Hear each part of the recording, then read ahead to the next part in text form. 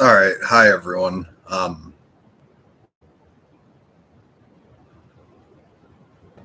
guess this is sort of a good news, bad news thing. The special announcements, the good news, and the check in on how I'm doing is the bad news. So everyone prefers bad news first. I am not doing any better.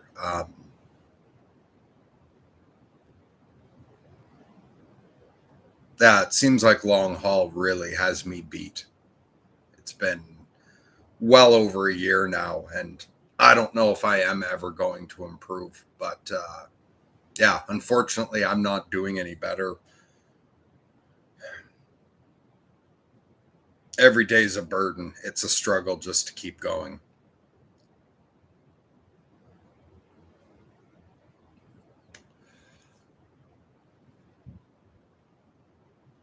And oh, hey Dan, nice to see if you're still there. That looks like an old comment. And hey Witcher, yeah, sure we can talk on Discord, but I don't know if I'll be responding to much because I'm not doing great.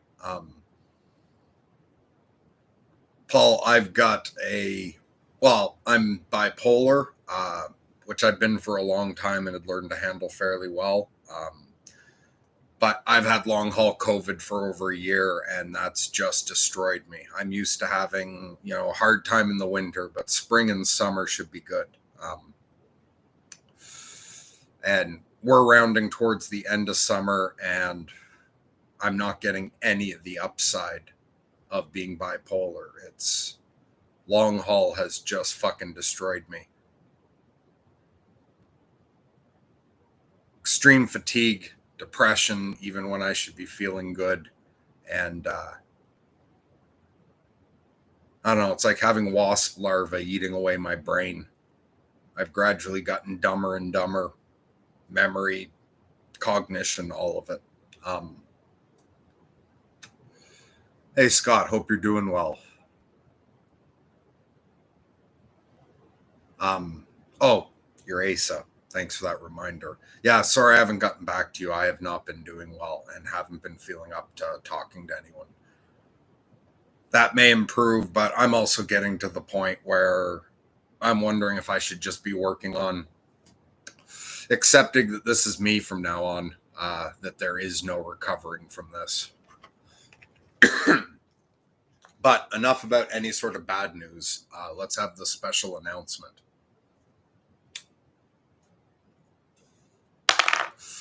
Our special announcement and good news for the evening is that Andrew's going to come back to the channel for a while. So you should be seeing something from the two of us go up soon to like officially introduce his return. And yeah, I won't say too much more about that. Something will go up fairly soon, hopefully. And Andrew's going to come back for a while and provide some content, which I think will be great because I'm in no shape to produce any content that's any good to anyone at the moment.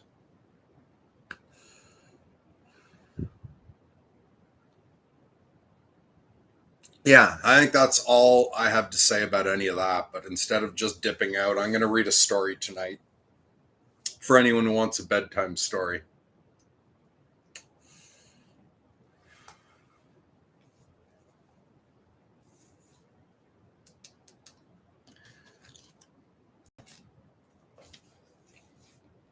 All right. This is called Ordeal in Space by Robert A. Heinlein, 1948. Maybe we should never have ventured out into space. Our race has but two basic innate fears: noise and the fear of falling. Those terrible heights. Why should any man in his right mind let himself be placed where he could fall and fall and fall? But all spacemen are crazy. Everybody knows that. The medicos had been very kind, he supposed. You're lucky. You want to remember that, old fella. You're still young, and your retired pay relieves you of all worry about your future. You've got both arms and legs and are in fine shape. Fine shape. His voice was unintentionally contemptuous. No, I mean it, the chief psychiatrist had persisted gently. The little quirk you have does you no harm at all, except that you can't go out into space again. I can't honestly call acrophobia a neurosis. Fear of falling is normal and sane. You've just got it a little more strongly than most. But that's not abnormal in view of what you've been through. The reminder set him to shaking again. He closed his eyes and saw the stars wheeling below him again. He was falling endlessly. The psychiatrist's voice came through to him and pulled him back. Steady, old man. Look around you. Sorry. Not at all. Now tell me, what do you plan to do? I don't know. Get a job, I suppose. The company will give you a job, you know. He shook his head. I don't want to hang around a spaceport. Wear a little brown button in his shirt to show that he was once a man. Be addressed by a courtesy title of captain. Claim the privileges of the pilot's lounge on the basis of what he used to be. Hear the shop talk die down whenever he approached a group. Wonder what they were saying behind his back. No, thank you. I think you're wise. Best to make a clean break, for a while at least, until you're feeling better. You think I'll get over it? The psychiatrist pursed his lips. Possible. It's functional, you know, no trauma. But you don't think so. I didn't say that. I honestly don't know. We still know very little about what makes a man tick. I see. Well, I might as well be leaving. The psychiatrist stood up and shoved out his hand. Holler if you want anything, and come back to see us in any case. Thanks. You're going to be all right. I know it. But the psychiatrist shook his head as his patient walked out. The man did not walk like a spaceman. The easy animal confidence was gone. Only a small part of Great New York was roofed over in those days. He stayed underground until he was in that section, then sought out a passageway lined with bachelor rooms. He stuck a coin in the slot of the first one, which displayed a lighted vacant sign, chucked his jump bag inside, and left. The monitor at the intersection gave him the address of the nearest placement office. He went there, seated himself at an interview desk, stamped in his fingerprints, and started filling out forms. It gave him a curious back to the beginning feeling. He had not looked for a job since pre-cadet days. He left filling in his name to the last and hesitated even then. He had had more than his belly full of publicity. He did not want to be recognized. He certainly did not want to be throbbed over. And most of all, he did not want anyone telling him he was a hero. Presently, he printed in the name William Saunders and dropped the forms in the slot. He was well into his third cigarette and getting ready to light another when the screen in front of him at last lighted up. He found himself staring at a nice-looking brunette. Mr. Saunders, the image said, will you come inside, please? Door 17. The brunette in person was there to offer him a seat and a cigarette. Make yourself comfortable, Mr. Saunders. I'm Miss Joyce. I'd like to talk with you about your application. He settled himself and waited without speaking.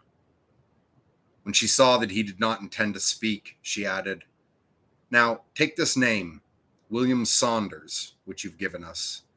We know who you are, of course, from your prints. I suppose so.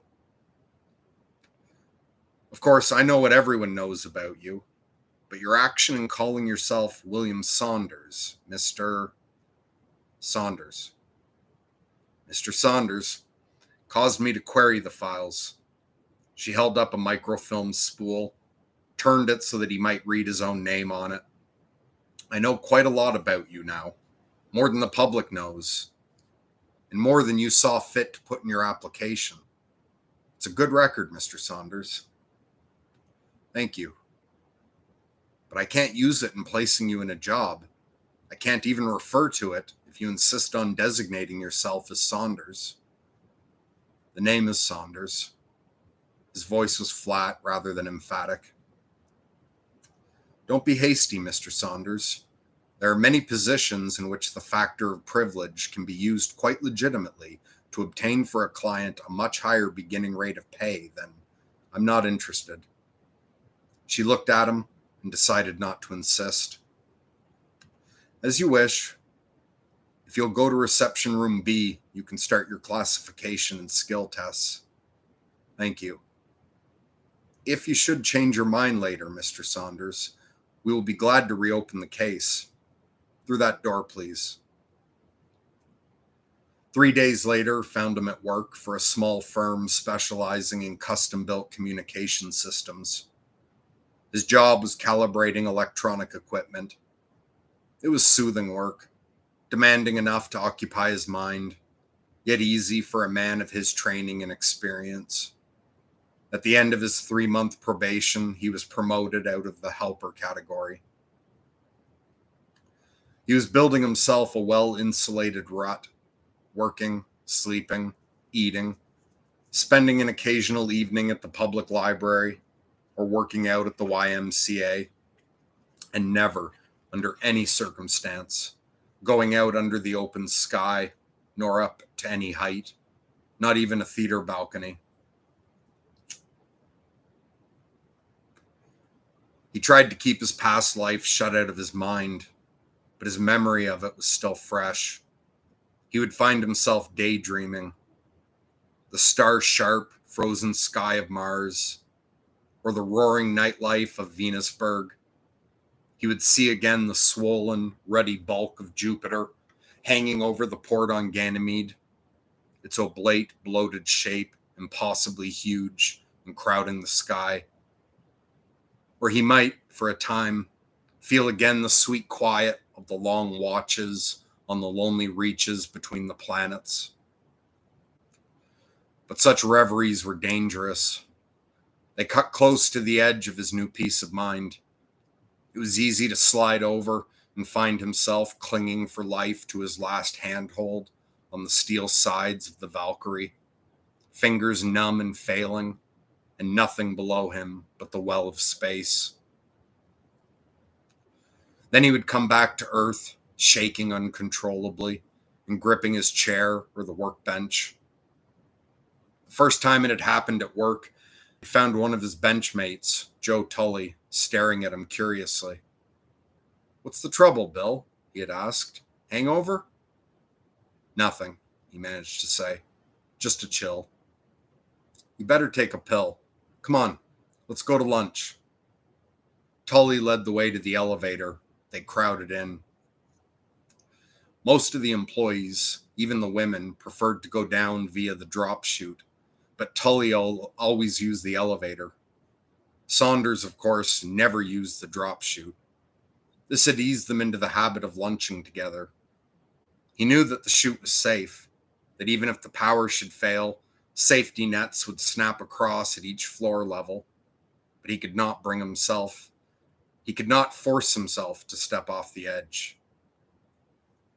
Tully said publicly that a drop chute landing hurt his arches, but he confided privately to Saunders that he did not trust automatic machinery. Saunders nodded understandably, but said nothing. It warmed him towards Tully. He began feeling friendly and not on the defensive with another human being for the first time since the start of his new life. He began to want to tell Tully the truth about himself. If he could be sure that Joe would not insist on treating him as a hero. Not that he really objected to the role of hero. As a kid hanging around spaceports, trying to wangle chances to go inside the ships, cutting classes to watch takeoffs, he had dreamed of being a hero someday. A hero of the spaceways, returning in triumph, from some incredible and dangerous piece of exploration. But he was troubled by the fact that he still had the same picture of what a hero should look like and how he should behave. It did not include shying away from open windows, being fearful of walking across an open square, and growing too upset to speak at the mere thought of the boundless depths of space. Tully invited him for dinner. He wanted to go, but fended off the invitation while he inquired where Tully lived. The Shelton homes, Tully told him, naming one of those great box-like warrens that used to disfigure the Jersey flats. It's a long way to come back, Saunders said doubtfully, while turning over in his mind ways to get there without exposing himself to the things he feared. You won't have to come back, Tully assured him. We've got a spare room. Come on, my own lady does her own cooking. That's why I keep her.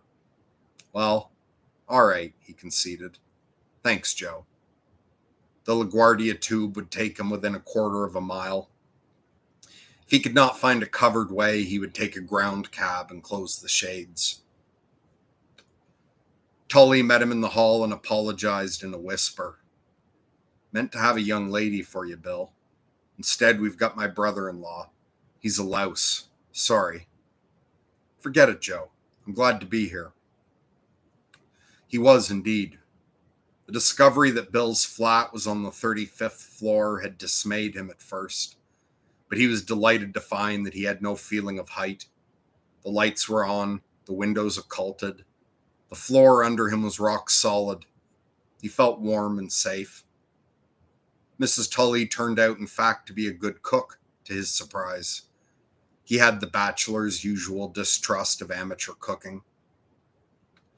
He let himself go to the pleasure of feeling at home and safe and wanted. He managed not even to hear most of what the aggressive and opinionated remarks of Joe's brother-in-law. After dinner, he relaxed in an easy chair, glass of beer in hand, and watched the video screen. It was a musical comedy.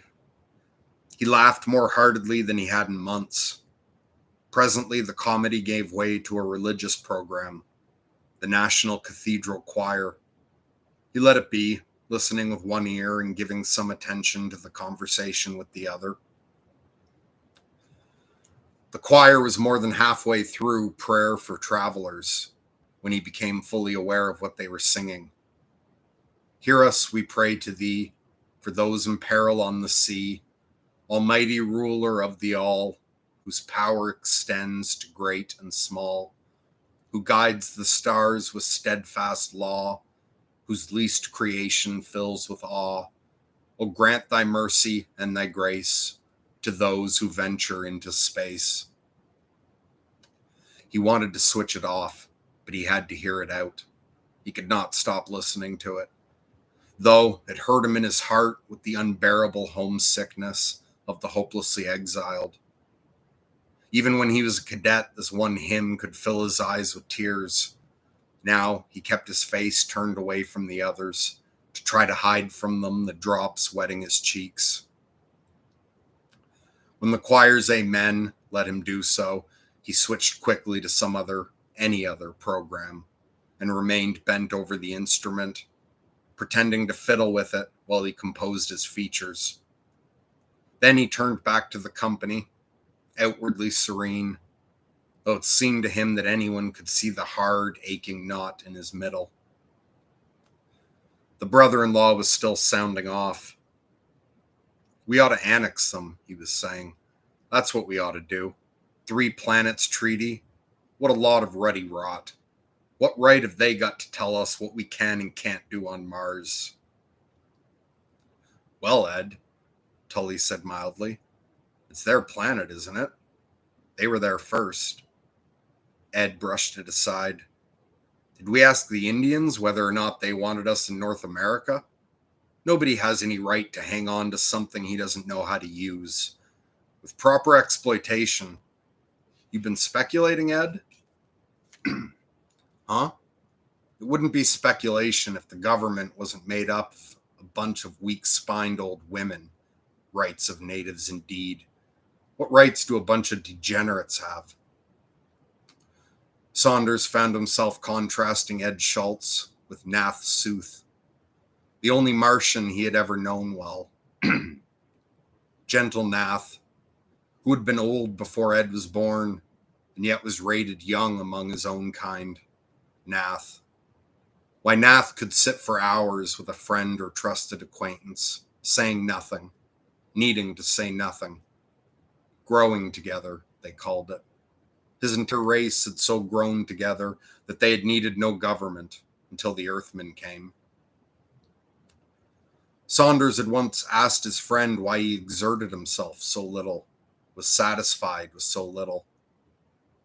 More than an hour passed, and Saunders was beginning to regret his inquisitiveness when Nath replied, "My fathers have labored, and I am weary." Saunders sat up and faced the brother-in-law. "They are not degenerate." "Huh? I suppose you are an expert." "The Martians aren't degenerate. They're just tired," Saunders persisted. Tully grinned. His brother-in-law saw it and became sullier. "What gives you the right to an opinion? Have you ever been to Mars?" Saunders realized suddenly that he'd let his sensors down. "Have you?" he answered cautiously. "That's beside the point. The best minds all agree." Bill let him go on and did not contradict him again. It was a relief when Tully suggested that since they'd all had to be up early, maybe it was about time to think about beginning to get ready to go to bed. He said goodnight to Mrs. Tully and thanked her for a wonderful dinner. Then followed Tully into the guest room. "Only way to get rid of that family curse we're saddled with, Bill," he apologized. "Stay up as long as you like." Tully stepped to the window and opened it. "You'll sleep well here. We're up high enough to get honest to goodness fresh air." He stuck his head out and took a couple of big breaths. "Nothing like the real article," he continued as he withdrew from the window. "I'm a country boy at heart." "What's the matter, Bill?" "Nothing. Nothing at all." "I thought you looked a little pale. Well, sleep tight. I've already set your bed for 7. That'll give us plenty of time." "Thanks, Joe. Good night." As soon as Tully was out of the room, he braced himself, then went over and closed the window. Sweating, he turned away and switched the ventilation back on. That done, he sank down on the edge of the bed. He sat there for a long time, striking one cigarette after another. He knew too well that the peace of mind he thought he had regained was unreal. There was nothing left to him but shame and a long, long hurt. To have reached the point where he had to knuckle under to a 10th-rate knothead like Ed Schultz, it would have been better if he'd never come out of that Valkyrie business. Presently, he took 5 grains of Fly-Rite from his pouch, swallowed them, and went to bed. He got up almost at once, forced himself to open the window a trifle, then compromised by changing the setting of the bed so that it would not turn out the lights after he got to sleep. He had been asleep and dreaming for an indefinitely long time. He was back in space again. Indeed, he had never been away from it. He was happy, with the full happiness of a man who had awakened to find it was only a bad dream. The crying disturbed his serenity. At first, it made him only vaguely uneasy. Then he began to feel in some way responsible. He must do something about it. The transition to falling had only dream logic behind it, but it was real to him. He was grasping, his hands were slipping, had slipped, and there was nothing under him but the black emptiness of space. He was awake and gasping on Joe Tully's guest room bed. The lights burned bright around him, but the crying persisted. He shook his head, then listened. It was real, all right. Now he had it identified. A cat. A kitten by the sound of it. He sat up. Even if he had not had the spaceman's traditional fondness for cats, he would have investigated. However, he liked cats for themselves, quite aside from their neat shipboard habits, their ready adaptability to changing accelerations, and their usefulness in keeping the ship free of those other creatures that go wherever man goes. So he got up at once and looked for this one. A quick look around showed him that the kitten was not in the room, and his ear led him to the correct spot.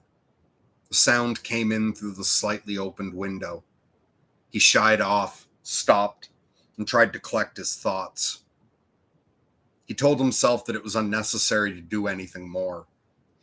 If the sound came in through his window, then it must be because it came out of some nearby window.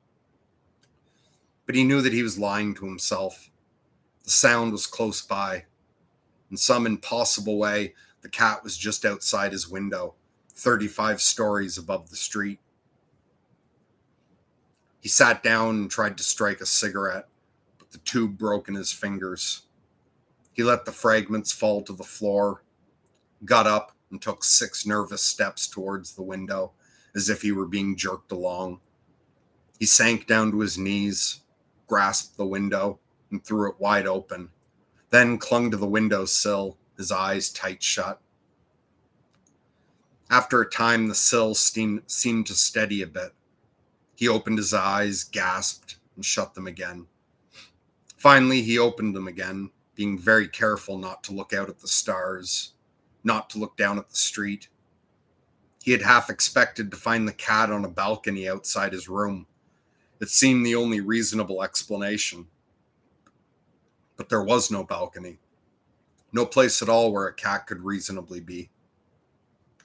However, the mewing was louder than ever. It seemed to come from directly under him. Slowly, he forced his head out, still clinging to the sill, and made himself look down. Under him, about 4 feet lower than the edge of the window, a narrow ledge ran around the side of the building. Seated on it was a woebegone, ratty-looking kitten. It stared up at him and meowed again.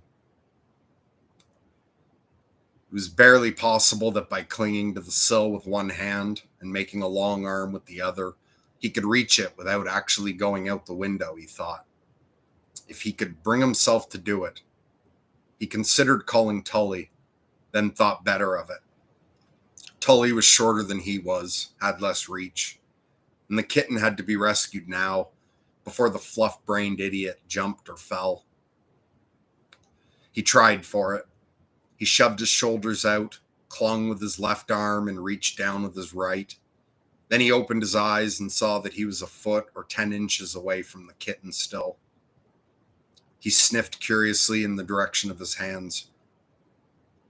He stretched till his bones cracked. The kitten promptly skittered away from his clutching fingers, stopping a good 6 feet down the ledge. There it settled down and commenced washing its face. He inched back inside and collapsed, sobbing, on the floor underneath the window. "I can't do it," he whispered. "I can't do it. Not again."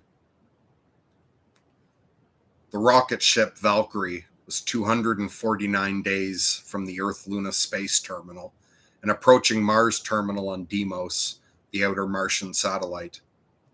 William Cole, Chief Communications Officer and relief pilot, was sleeping sweetly when his assistant shook him. "Hey, Bill, wake up. We're in a jam." "Huh? Was that?" But he was already reaching for his socks. "What's the trouble, Tom?" 15 minutes later, he knew that his junior officer had not exaggerated. He was reporting the facts to the old man. The primary pilot radar was out of whack. Tom Sandberg had discovered it during a routine check, made as soon as Mars was inside the maximum range of the radar pilot. The captain had shrugged. "Fix it, mister, and be quick about it. We need it." Cole shook his head. "There's nothing wrong with it, Captain. Inside. She acts as if the antenna were gone completely." "That's impossible. We haven't even had a meteor alarm." Might be anything, Captain. Might be metal fatigue and it just fell off. But we've got to replace that antenna. Stop the spin on the ship and I'll go out and fix it. I can jury rig a replacement while she loses her spin. The Valkyrie was a luxury ship of her day. She was assembled long before anyone had any idea of how to produce an artificial gravity field. Nevertheless, she had pseudo-gravity for the comfort of her passengers. She spun endlessly around her main axis, like a shell from a rifled gun. The resulting angular acceleration, miscalled centrifugal force, kept her passengers firm in their beds or steady on their feet. The spin was started as soon as the rocket stopped blasting at the beginning of a trip, and was stopped only when it was necessary to maneuver into a landing. It was accomplished not by magic, but by a reaction against the contrary spin of a flywheel located at her centerline. The captain looked annoyed. I've started to take the spin off, but I can't wait that long. Jury rigged the astrogational radar for piloting. Cole started to explain why the astrogational radar could not be adapted to short-range work, then decided not to try. It can't be done, sir. It's a technical impossibility. When I was your age, I could jury rig anything.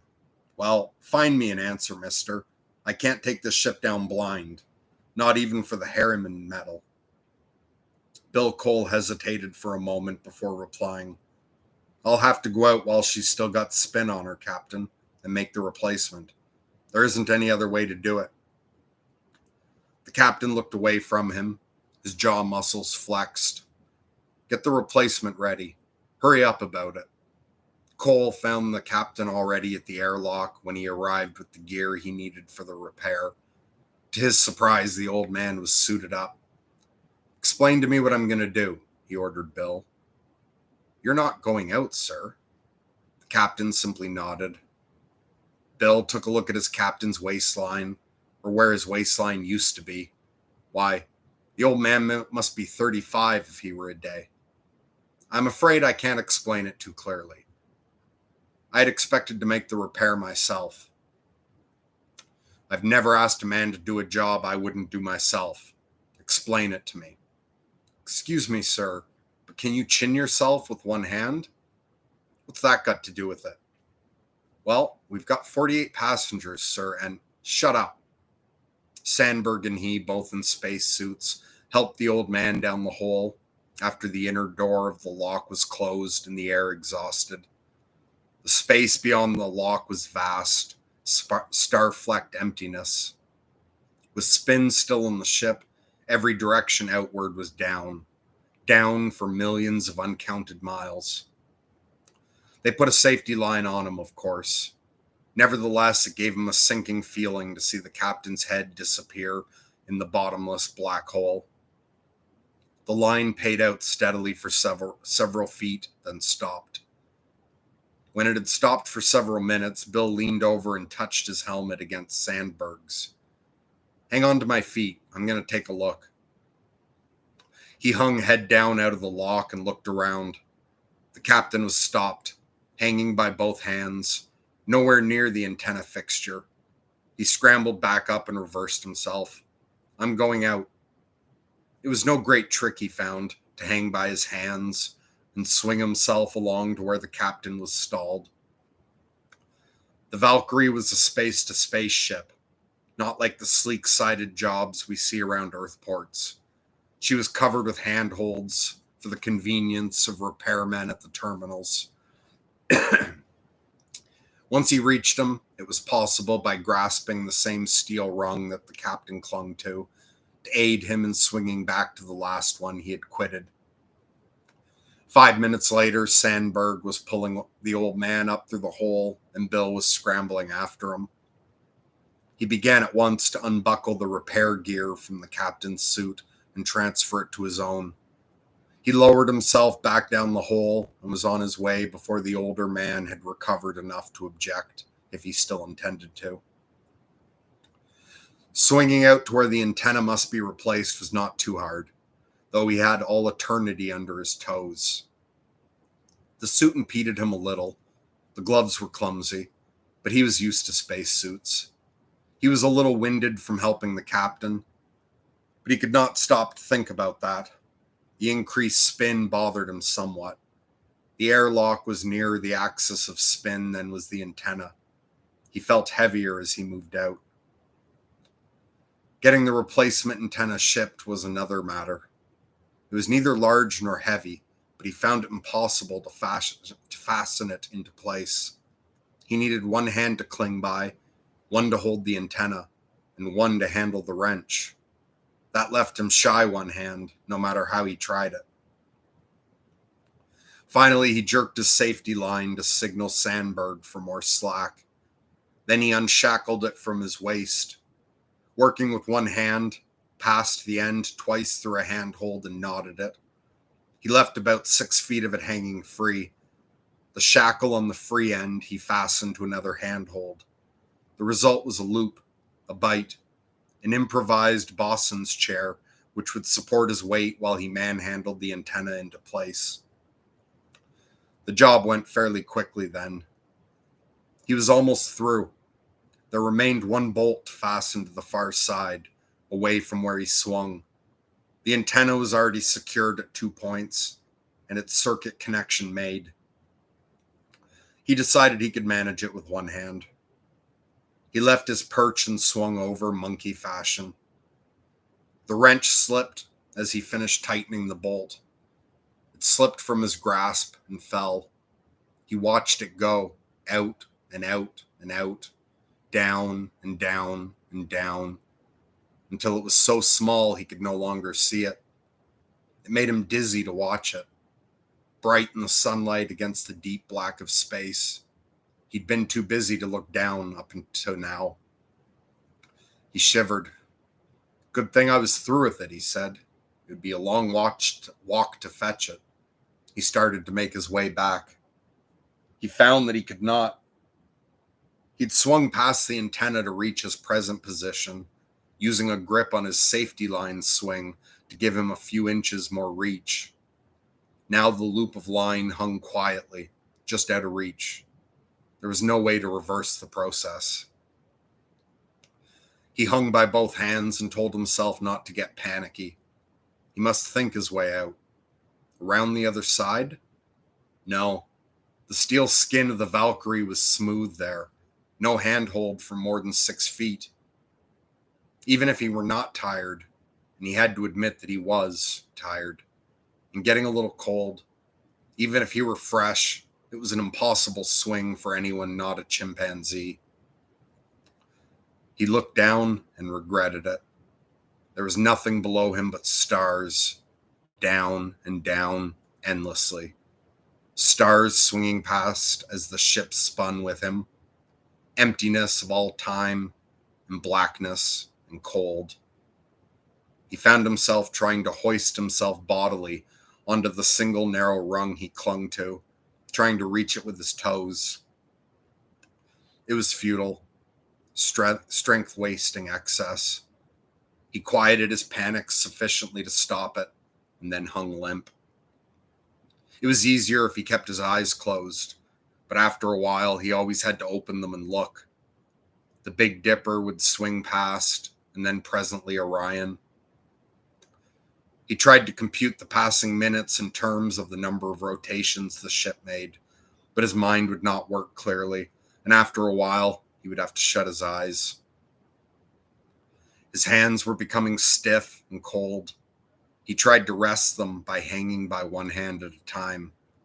He let go with his left hand, felt pins and needles course through it, and beat it against his side. Presently, it seemed time to spell his right hand. He could no longer reach up to the rung with his left hand. He did not have the power left in him to make the extra pull. He was fully extended and could not shorten himself enough to get his left hand up. He could no longer feel his right hand at all. He could see it slip. It was slipping. Then, sudden release and tension let him know that he was falling. The ship dropped away from him. He came to with the captain bending over him. Just keep quiet, Bill. Where? Take it easy. The patrol from Deimos was already close by when you let go. They tracked you on the scope, matched orbits with you, and picked you up. First time in history, I guess. Now keep quiet. You're a sick man. You hung there more than 2 hours, Bill. The meowing started up again, louder than ever. He got up on his knees and looked out over the windowsill. The kitten was still away to the left on the ledge. He thrust his head cautiously out a little further, remembering not to look at anything but the kitten in the ledge. Here, kitty, he called. Here, kitty, kitty, kitty. Here, kitty, come, kitty. The kitten stopped washing and managed to look puzzled. Come, kitty, he repeated softly. He let go the windowsill with his right hand and gestured towards it invitingly. The kitten approached about 3 inches, then sat down. Here, kitty, he pleaded, and stretched his arm as far as possible. The fluff ball promptly backed away again. He withdrew his arm and thought about it. This was getting nowhere, he decided. If he were to slide over the edge and stand on the ledge, he could hang on with one arm and be perfectly safe. He knew that. He knew it would be safe. He needn't look down. He drew himself back inside, reversed himself, and with great caution, gripping the sill with both arms, let his legs slide down the face of the building. He focused his eyes carefully on the corner of the bed. The ledge seemed to have been moved. He could not find it, and was beginning to be sure that he had reached past it when he touched it with one toe. Then he had both feet firmly planted on it. It seemed about 6 inches wide. He took a deep breath. He let go with his right arm. He turned and faced the kitten. It seemed interested in the procedure, but not disposed to investigate more closely. If he were to creep along the ledge, holding on with his left hand, he could just about reach it from the corner of the window. He moved his feet one at a time, baby fashion, rather than pass one over the other. By bending his knees a trifle and leaning, he could just manage to reach it. The kitten sniffed his groping fingers, then leaped backwards. One tiny paw missed the edge. It scrambled and regained its footing. You little idiot, he said indignantly. Do you want to bash your brains out? If any, he added. The situation looked hopeless now. The baby cat was too far away to be reached from his anchorage at the window, no matter how he stretched. He called, kitty, kitty, rather hopelessly, then stopped to consider the matter. He could give up. He could prepare himself to wait all night in the hope that the kitten would decide to come closer, or he could go get it. The ledge was wide enough to take his weight if he made himself small, flat to the wall. No weight rested on his left arm. He moved slowly forward, retaining his grip on the window as long as possible, inching so gradually that he hardly seemed to move. When the window frame was finally out of reach, when his left hand was flat to smooth wall, he made the mistake of looking down past the sheer wall at the glowing pavement far below. He pulled his eyes back and fastened them on a spot on the wall, level with his eyes and only a few feet away. He was still there, and so was the kitten. Slowly, he separated his feet, moving his right foot again, and bent his knees. He stretched his right hand along the wall until it was over and a little beyond the kitten. He brought it down in a sudden swipe, as if to swat a fly. He found himself with a handful of scratching, biting fur. He held perfectly still then, and made no attempt to check the minor outrages the kitten was giving him. Arms still outstretched, body flat to the wall, he started his return. He could not see where he was going, and could not turn his head without losing some little of his margin of balance. It seemed a long way back, longer than he had come. when at last the fingertips of his left hand slipped into the window opening. He backed up the rest of the way in a matter of seconds, slid both arms over the sill, then got his right knee over. He rested himself on the sill and took a deep breath. Man, he said aloud, that was a tight squeeze. You're a menace to traffic, little cat. He glanced down at the pavement. It was certainly a long way down. He looked hard, too. He looked up at the stars. Mighty nice they looked and mighty bright. He braced himself in the window frame, back against one side, foot pushed against the other, and looked at them. The kitten settled down in the cradle of his stomach and began to buzz. He stroked it absent-mindedly and reached for a cigarette. He would go out to the port and take his physical and his psych tomorrow, he decided. He scratched the kitten's ears. Little Fluffhead, he said, how would you like to take a long, long ride with me?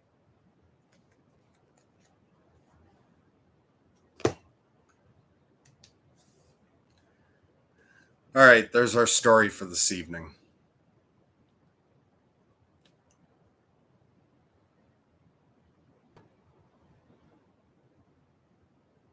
Let's see. Johnny said the final solution isn't an option here. I don't know what happened. What happens after this? Absolutely neither of us do. If anything, the sound of Dante's Seventh School of Hell doesn't sound too good. I'm in a hostile environment every day driving truck. People who stop to pay attention to you, most importantly on here, who are strangers, are the most important. You can't lead a horse to water, but you can make it drink. Well said, Johnny.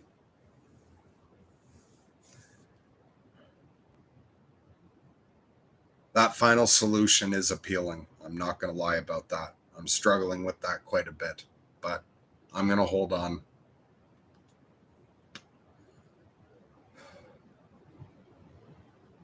And we'll end this on the positive note that Andrew's going to come back and produce some content, which is good. I know there's plenty of people out there struggling who could use better inspiration than I can provide at the moment. So it's great that Andrew's going to come back to work on the channel for a while. I didn't quite make it to an hour, but my brain's worn out. I don't think I can talk about anything else. So I'm going to wrap it up here. Yeah, Andrew's going to put out some content on his own, but I think we'll probably put something out together. So, yeah. So you'll probably hear something from me before the next full moon. Anyway, I hope everybody's doing way the fuck better than I am. Yeah, that's all I've got. God bless, lunatic love to all.